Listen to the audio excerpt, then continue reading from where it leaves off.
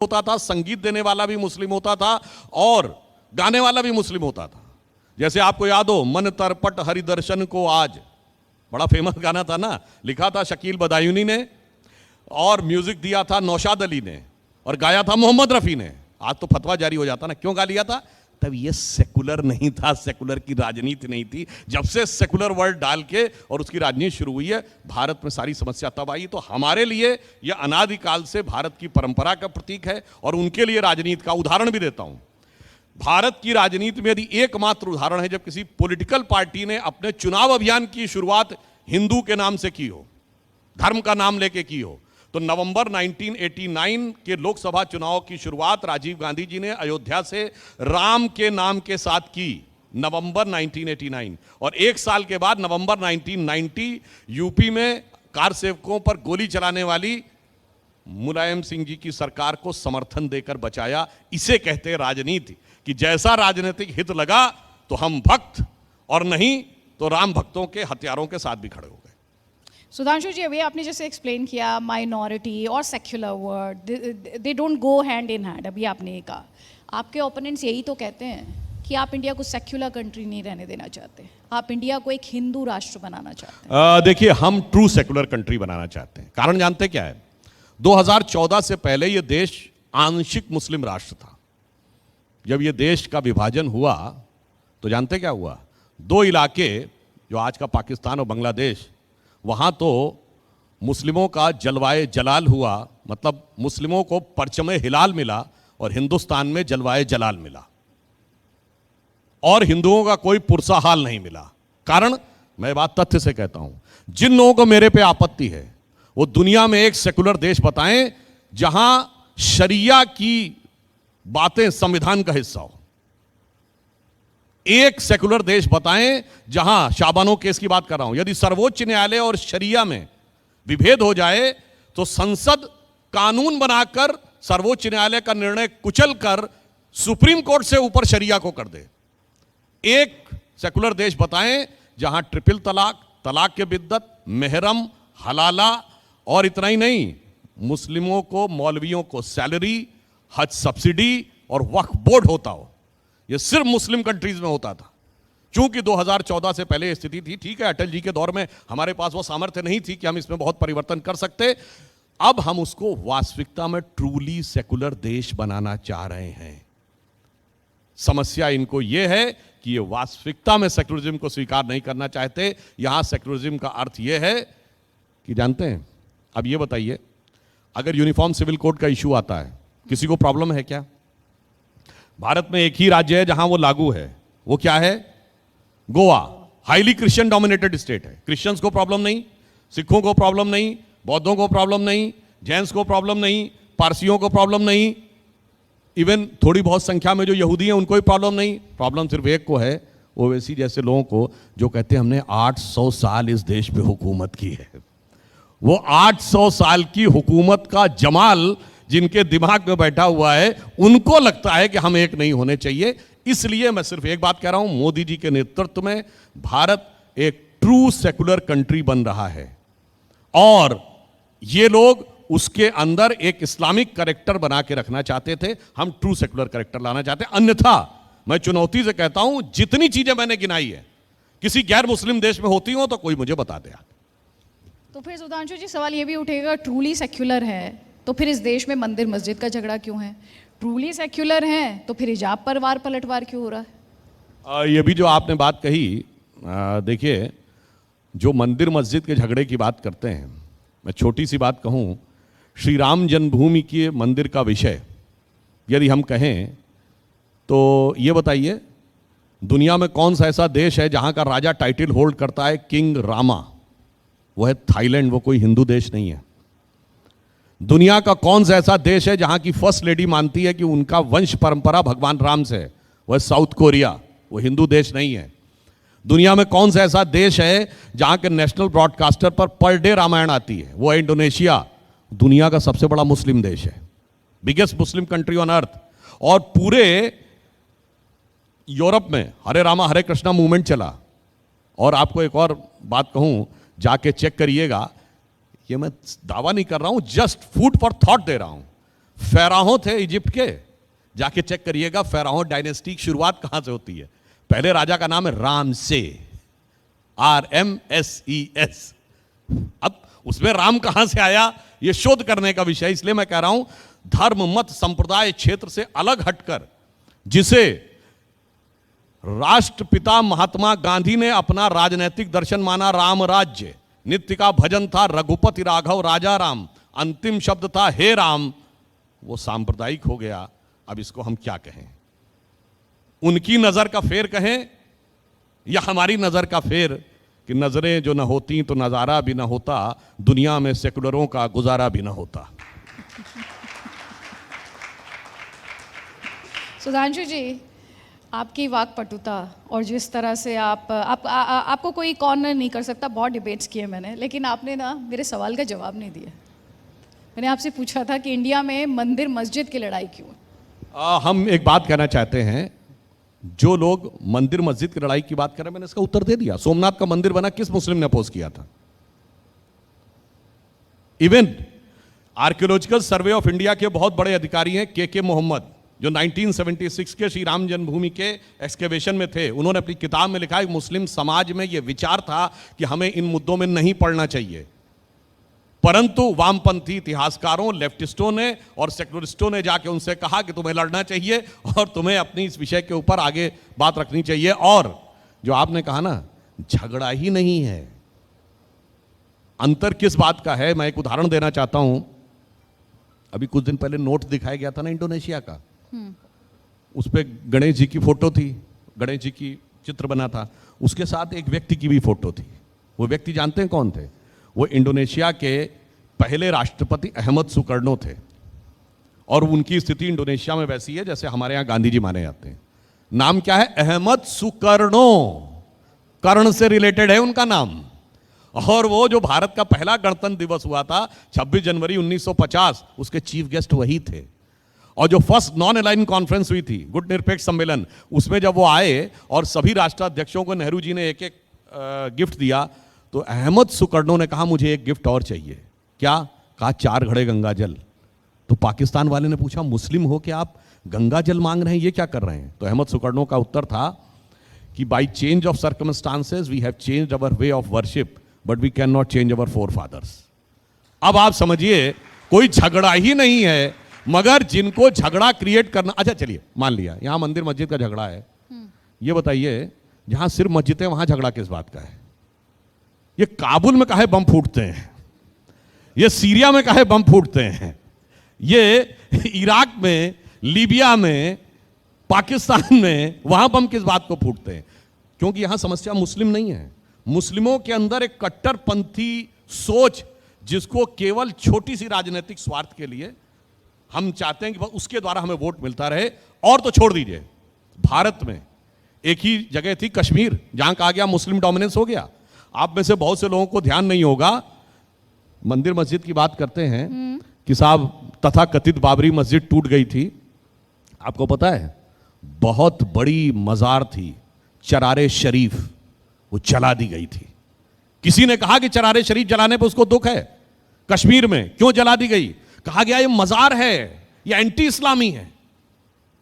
तो भैया जहां भारत में वर्चस्व हो गया, वहां पे अपने धर्म स्थल टूटने लगे, तो उसका कारण एक कट्टरपंथी सोच में है, हिंदू मुस्लिम के अंदर नहीं है। अच्छा चलिए सुधांशु जी, अच्छा एक और मंदिर पे मैं एक बात और कहना चाहूंगा, गुजरात में है तो एक पॉइंट और। हाँ, हिंदुत्व और विकास क्या होता है उसका उदाहरण देखना हो तो मोढेरा गांव है। यह भारत का पहला सोलर एनर्जी से चलने वाला गांव बना है। मोदी जी ने आने के बाद भारत को विकसित राष्ट्र बनाना है, तो ऊर्जा के लिए इंटरनेशनल सोलर अलायंस बनाया, जिसका केंद्र भारत में बना। और गुजरात में मोढेरा पहला गांव बना है जिसके लगभग सारे घर वो भी उससे चल रहे हैं, सौर ऊर्जा से। तो ये नए विकसित भारत और 21वीं सदी के भारत का प्रतीक है। और उसी मोढेरा में भगवान सूर्य का मंदिर भी बना है। तो ये गौरवशाली भारत का भी प्रतीक है और सौर ऊर्जा का भी प्रतीक है। और ऑन द लाइटर नोट मैं लोगों से कहना चाहूंगा, भैया सूर्य की किरणों में कितने रंग होते हैं? 7 होते हैं ना, विप ग्योर पढ़ा होगा। सूर्य के मंदिर में जाके देखिए कितने घोड़े हैं सूर्य के? 7 ही है ना। तो हमें हमेशा से पता था, मगर हमारे दिमाग में आके ये भरने का प्रयास किया जाता है जैसे आपने वो साइंस बताई, सारे उसमें हमारे 7 ही रंग हैं और सूर्य पृथ्वी के चारों ओर घूमता, उन लोगों ने बताया था। हमारे यहां किसी मंदिर में जाइए, दक्षिण भारत के मंदिर में जहां नवग्रह बने हैं, सूर्य सेंटर में है और सब घूम रहा था। इसलिए मैं कहना चाहता हूं, ज्ञान, विकास और गौरव तीनों का प्रतीक है। इसमें हिंदुत्व भी है और विकास भी है। गुजरात का मोढेरा गांव उसका एक एग्जाम्पल। आपने कहा हिंदुत्व भी है, विकास भी है। थोड़ी देर पहले आपने कट्टरपंथ का भी जिक्र किया। तो जब आप इस्लामिक कट्टरपंथ की बात करते हैं, आपका इशारा उसी तरफ था। इलाज क्या है? पॉलिटिकल नैरेटिव तो ये कहता है कि मुसलमानों अपना नेता चुन लो, दलितों का है, पिछड़ों का है, ठाकुरों का है, तो मुसलमानों का भी नेता होना चाहिए। ये इलाज? देखिए, यही अंतर है। मैं एक उदाहरण देना चाहता हूं। डॉक्टर एपीजे अब्दुल कलाम से बड़ा साइंटिस्ट पिछले 100-150 नहीं 300-400 सालों में, बल्कि बैतुल हिकमत के बाद से, पिछले 500-600 सालों के बाद से आलम इस्लाम में पैदा नहीं हुआ। हमने उनको राष्ट्रपति बनाया 2002 में। ये सेकुलरिज्म समर्थन में थे कि विरोध में थे? ये बताइए, याकूब मेनन के नमाजे जनाजा में कितने सेकुलरिस्ट गए और डॉक्टर कलाम के नमाजे जनाजा में कितने सेकुलरिस्ट गए? डॉक्टर कलाम मेमोरियल पे जाके कितनों ने अपना फोटो खिंचवाई? 15 अगस्त 47 को भारत की आजादी के बाद पहली शहनाई बजाई थी बिस्मिल्लाह खान ने। बिस्मिल्लाह खान को भारत रत्न मिला 2001 में हमारी सरकार में, और उनकी मृत्यु हुई, बताइए कौन गया उनके घर में बनारस में?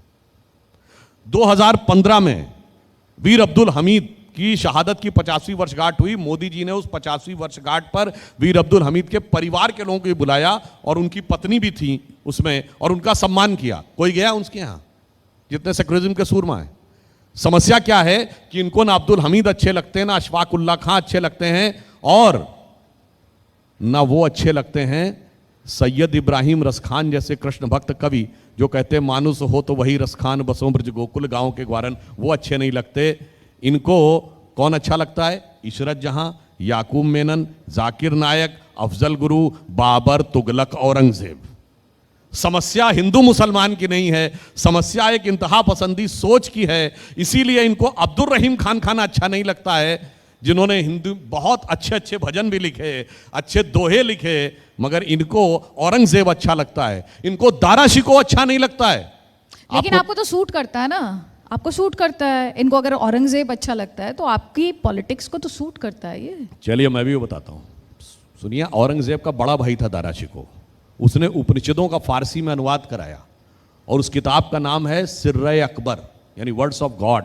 और जिसको आप सो कॉल्ड गंगा जमुनी तहजीब कहते हैं ना, एक तो पहले ये सेंटेंस ही बड़ा अजीब लगता है।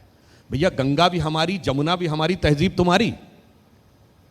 अरे हम तो तब मानते जो दजला फरात की तहजीब कहते, या कम्युनिस्ट कहते, हुआंगो सिटी कैंग की तहजीब कहते, कोई बात नहीं। तो उस हिसाब से वो जिसको गंगा जमुनी तहजीब कहते हैं, दारा शिकोह औरंगजेब का बड़ा भाई था। उसने किताब लिखी थी मंजुमल बहरीन, जिसका अर्थ होता 2 समंदरों का मिलन। उसमें उसने हिंदू धर्म और इस्लाम की बहुत सी तुलना की थी। वो दारा शिकोह नहीं अच्छा लगता है। वो बड़ा भाई था, वो औरंगजेब से बड़ा था, वो डिजिग्नेटेड सक्सेसर था। पर उस दारा शिकोह का सर काट के थाली में सजा के जेल में बंद अपने बाप को भेजने वाला औरंगजेब अच्छा लगता है। मेरे भाई मैं पूछना चाहता हूं, किसी धर्म को मानना चाहते हो, घर में क्या चाहते हो? औरंगजेब जो सुधा मुराद दारा की तरह तीनों भाइयों का सर कत्ल कर दे और बुढ़ापे में तुमको जेल में डाल दे? इसलिए मैं कह रहा हूं कि आप ये सोचिए कि आप आदर्श क्या चाह रहे हैं। हम तो ईमानदारी से उन सारे के सारे आदर्शों की बात करते हैं जो भारत और भारतीयता के साथ हैं। ठीक।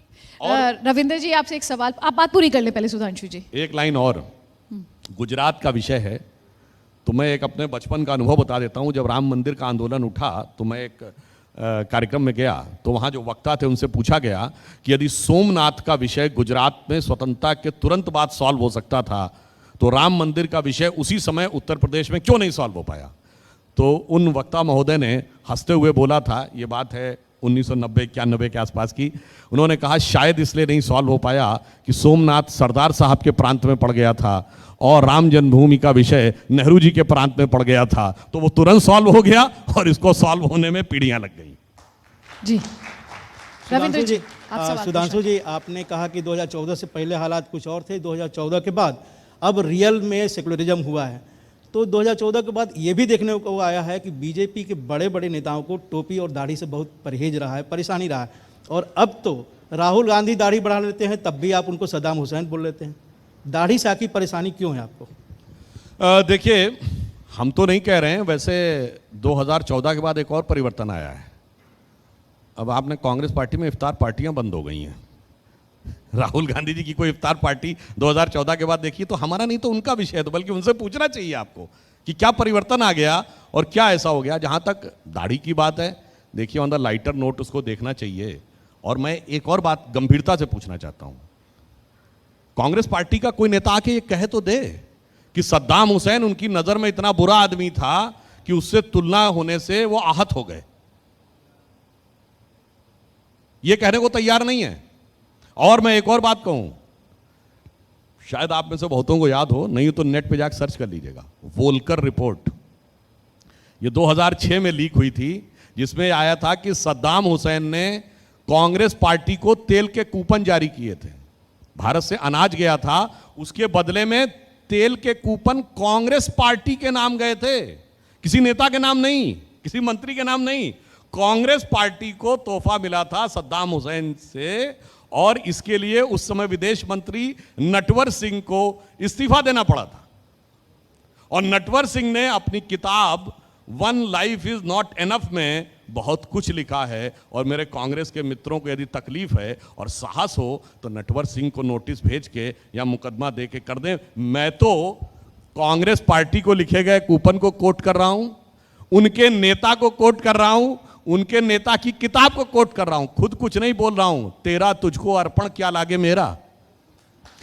नहीं, लेकिन अभी जो रविंद्र जी ने पूछा, दाढ़ी, टोपी, लुंगी, ये आपके नेताओं की ये हमने उत्तर प्रदेश इलेक्शन में भी देखा, गुजरात में भी देख रहे हैं। आपके नेता आफ्ताब पर बयान देने लगते हैं, आपके नेता आफ्ताब पर बयान देने लगते हैं, और राहुल गांधी के कॉन्टेक्स्ट में भी सद्दाम हुसैन क्यों? देखिए, ये जो इश्यूज बनाए जाते हैं पहनावे पे, ये उचित नहीं। जैसे हिजाब का इशू आया, अब आजकल बहुत से ऐसे लोग, बहुत सी ऐसी बच्चियां, कॉलेज जाने वाली लड़कियां, जिन्होंने स्कार्फ पहन के आने शुरू किए, उनमें से सबके सोशल मीडिया प्रोफाइल चेक कर लीजिए इस इशू के आने से पहले।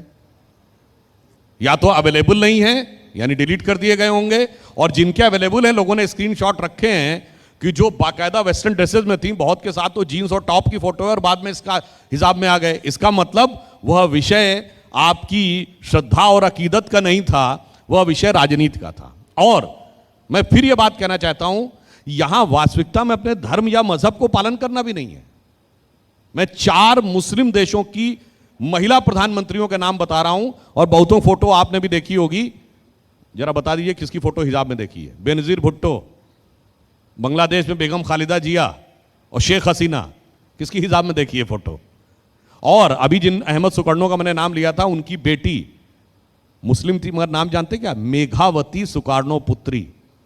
मेघावती सुकार्णो पुत्री इंडोनेशिया की राष्ट्रपति रही हैं, दुनिया का सबसे बड़ा मुस्लिम देश। ठीक, टर्की में तांसु सिलर रही हैं। और तो और मोहम्मद साहब की डायरेक्ट डिसेंडेंसी में एक ही परिवार है, शाह ऑफ जॉर्डन, जो सीधे उनकी वंशावली में माने जाते हैं। जॉर्डन के शाह की 4 या 5 बीबियां हैं, एक की भी हिजाब में तस्वीर दिखा दीजिए। तो भैया, कहा यह जाता है कि नया मुल्ला प्याज ज्यादा खाता है, यहां तो जो मुल्ला नहीं है वो प्याज ज्यादा खाने की कोशिश कर रहा है। तो क्यों और कर रहा है? उस पे सबके, सुधांशु जी क्यों कर रहा है? ये जो आप कह रहे हैं जो मुल्ला नहीं है, उसका कारण जानते क्या है? सबके मन में एक लोभ आ गया है कि देखिए, किसी भी चीज को, एक पॉलिटिक्स में एक सिद्धांत है कि it is very easy to rise from extreme. तो सबको लगता है एक्सट्रीम कट्टरपंथियों को साध लो, बड़ी आसानी से एक चंक ऑफ वोट मिल जाता है। और उस चक्कर में हर पार्टी को लगता है कि मैं इस कट्टरपंथी तत्व को साथ में ले लूं, और वो इंप्रेशन देने में भी सफल होते हैं कि हमारे कहने पे वोट मिलेगा। और दूसरा, मोदी जी के लिए नफरत में और भाजपा से नफरत में वो इस कदर अपना होशो हवास खोकर खप्तुल हवास हो गए हैं कि उन्हें सही और गलत समझ ही में नहीं आ रहा है। वो ये समझ ही नहीं पा रहे हैं कहां पे राष्ट्रवाद है, कहां पे आतंकवाद है, कहां पे कट्टरवाद है। बस मोदी जी के खिलाफ में कुछ भी करते चले जाना है। इन 2 कारणों से ये लोग बार बार इस दिशा में आगे बढ़ रहे हैं, मत चिंता मत करिए। जितना वो मोदी जी की खिलाफत करते चले जा रहे हैं पिछले 20 वर्षों में, गुजरात को भी जितना उन्होंने अपमानित करने का, लांछित करने का प्रयास 20 वर्षों में किया, राष्ट्रीय से लेकर अंतर्राष्ट्रीय स्तर तक, उतना गुजरात की जनता का समर्थन, स्नेह और आशीर्वाद हमें मिलता रहा। उसी प्रकार जितना मोदी जी की खिलाफत की, मोदी जी उत्तरोत्तर उतने मजबूत होते चले गए, तो उन्हें अपना मर्ज समझना चाहिए, जिसे मैं एक लाइन में कहूँगा, मरीज़े नफरते मोदी पर लानत खुदा की, मर्ज बढ़ता गया जो जो दवा की। बहुत खूब। यहाँ पर एक सवाल ये भी है कि प्रधानमंत्री मोदी कहते हैं सबका साथ, सबका विकास, सबका विश्वास और सबका प्रयास, लेकिन जब इलेक्शन आता है तो बीजेपी के नेता कहते हैं हिंदू अस्मिता, हिंदू स्वाभिमान, हिंदू शिनाख्त, हिंदू पहचान। ये विरोधाभास नहीं है? देखिए, हम सत्ता में आए बगैर भेदभाव के, हिंदू हो या मुसलमान, वर्ग, जाति, संप्रदाय, सबको समान रूप से दिया। जो मूलभूत सुविधाएं मोदी जी ने उपलब्ध करवाई, जनधन अकाउंट हो, उज्ज्वला योजना हो, आयुष्मान भारत हो, स्टार्टअप इंडिया हो, इन सब में एक अनुमान के अनुसार करीब करीब इसके 30 से 35% लाभार्थी अल्पसंख्यक हैं। मुस्लिम समाज में 70% लोग ऐसे हैं जिनको किसी न किसी योजना का किसी न किसी समय लाभ मिला है।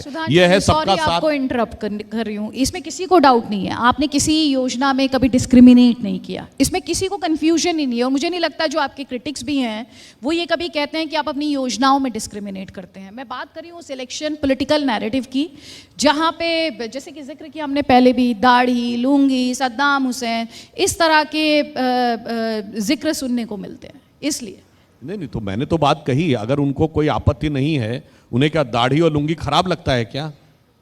तो एक बार साफ साफ कहें ना, साफ साफ कहना चाहिए उन्हें। अगर उन्हें खराब नहीं लगता तो इसमें क्या प्रॉब्लम की बात है? अच्छा, अगर जैसे उदाहरण के लिए मैं एक छोटी सी बात कहूं, एक बहुत लंबे समय तक कुछ राजनीति में कुछ जो पहनावे हैं, वो पहनावे प्रतीक माने जाते हैं। जैसे हाफ पैंट किसी के लिए कहिए, समझ में आ जाता था किसके लिए कहा जा रहा है, समझ में आ जाता था ना। तो हम तो कभी बुरा नहीं माने कि अगर हमको हाफ पैंट कहा गया, तो बुरा मानने की क्या बात है। वैसे ही एक और पहनावा था जिसे कहते खद्दर। खद्दरधारी किसको कहते थे? कांग्रेस के नेताओं को कहते थे ना। अब यहां पे मैं बताना चाहता हूं, जो आपने राजनीति कही, इस पे एक बहुत बढ़िया कवि हुए हैं, रफीक सदानी, थे मुस्लिम मगर हिंदी की अवधि में कविता करते थे। उन्होंने एक लाइन लिखी है कि ये दोनों खद्दरधारी कैसे थे, न तो नमाजी न तो पुजारी, न इनका नमाज से कोई देना देना है न पूजा से, न तो नमाजी न तो पुजारी, तुम ही मदारी तुम ही शिकारी, जियो बहादुर खद्दरधारी। ये राजनीति थी कि न धर्म से मतलब है न किसी से। पहनावे पे मैंने ये कहा, इसलिए मैं पूछना चाहता हूं किसी को आपत्ति किस बात पे होनी चाहिए, वरना साफ साफ कहें कि उन्हें आपत्ति है। ठीक है, मेरा लास्ट क्वेश्चन है और एक एक लाइन में मैं चाहती हूँ आप सलाह दें।